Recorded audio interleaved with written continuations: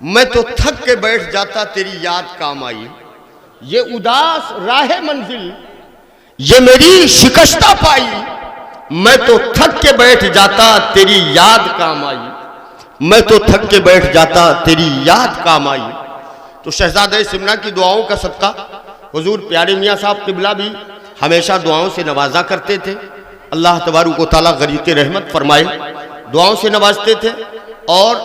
مہینہ بھر پہ ایک مرتبہ تو وہ ضرور اپنی گاڑی بلاتے تھے، چلے آتے تھے۔ اور اگر میں کبھی یہ کہتا کہ حضرت کرایہ لے لیجئے تو کہتے کہ واہ بھائی واہ، جب مدرسہ میرا ہے تو کرایہ آپ سے کیوں؟ اور یہ کہہ کر کے 1 روپیہ کرایے کا بھی نہیں لیتے تھے، ہمیشہ سے دعاؤں سے نوازتے رہے،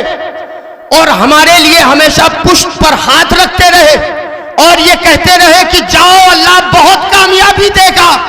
تو حضور پیارے میاں صاحب قبلہ کی دعاؤں کا صدقہ، حضور سلمان میاں صاحب قبلہ کی دعاؤں کا صدقہ، تمام اہل بیت اطہار کی یہ دعاؤں کا صدقہ ہے کہ جو لوگ مجھے سلام کرنا پسند نہیں کرتے ہیں وہ بھی اگر مسافہ کرتے ہیں تو 500 کی نوٹ مدرسے کے لیے دیتے ہیں۔ اگر میں کسی سے زبان کھول دیتا ہوں تو جلدی لوگ باتوں کو رد نہیں کیا کرتے ہیں۔ تو پیارے یہ میری وہ نہیں ہے، یہ میری کامیابی اگر ہے تو وہ اولاد مصطفیٰ کا صدقہ ہے۔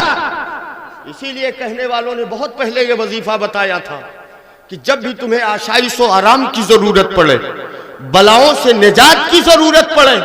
تو تمہیں کسی اور دہلیز پر چوکھٹ پر جانے کی ضرورت نہیں، بس اپنی چوکھٹ پر ایک نام لکھ کر کے رکھ دو کہ لی خمسۃ اطفی بہا حر الوباء الحاتمہ المصطفیٰ والمرتضیٰ وابناہما والفاطمہ۔ یہ اپنی دہلیز پر لکھ کر کے رکھو، رحمت خود ہی دروازہ کھٹکھٹاتی نظر۔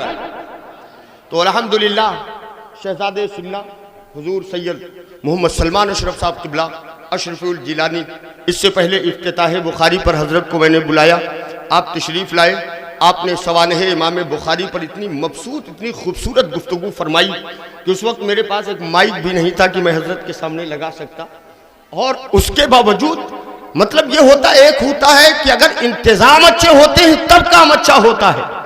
لیکن میرا حال ہے کہ انتظام کوئی اچھا نہیں ہے، لیکن آنے والا میرے پاس جب آتا ہے تو دعاؤں سے نواز کر کے جاتا ہے، دعائیں دے کر کے جاتا ہے۔ کہ حضرت رخصت ہونے لگے، میں نے سوچا کہ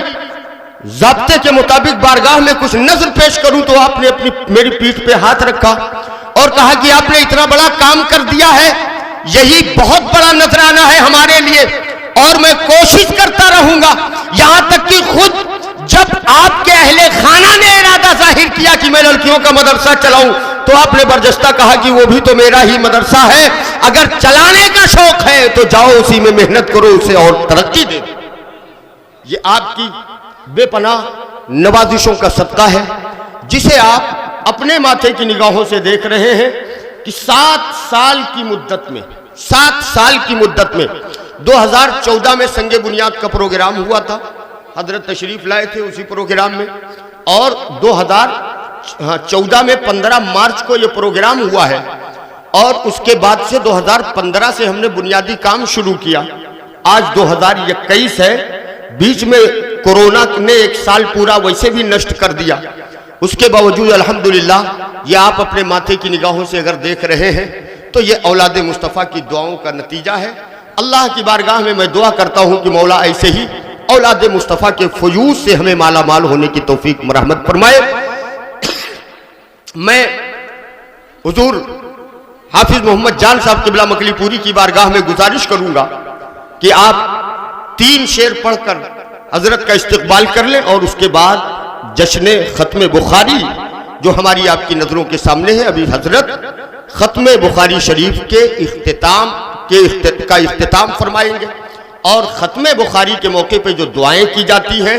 اللہ تبارک و تعالیٰ دعاؤں کو قبول فرماتا ہے۔ اس لیے میں تمامی لوگوں سے پرخلوص گزارش کروں گا کہ باادب ہو کر آپ محفل میں آ کر کے بیٹھ جائیں۔ جو دائیں بائیں بیٹھے ہیں، اگر آپ کو بارے گرا نہ گزر رہا ہو تو آپ بھی اس مقدس محفل میں آ کر اس پھول کی زیارت کر لیں، جس کے چہرے کا ہر رنگ یہ بتاتا ہے کہ خوشبو بتا رہی ہے کہ جنت کے پھول ہو، اور چہرہ بتا رہا ہے کہ آل رسول ہو۔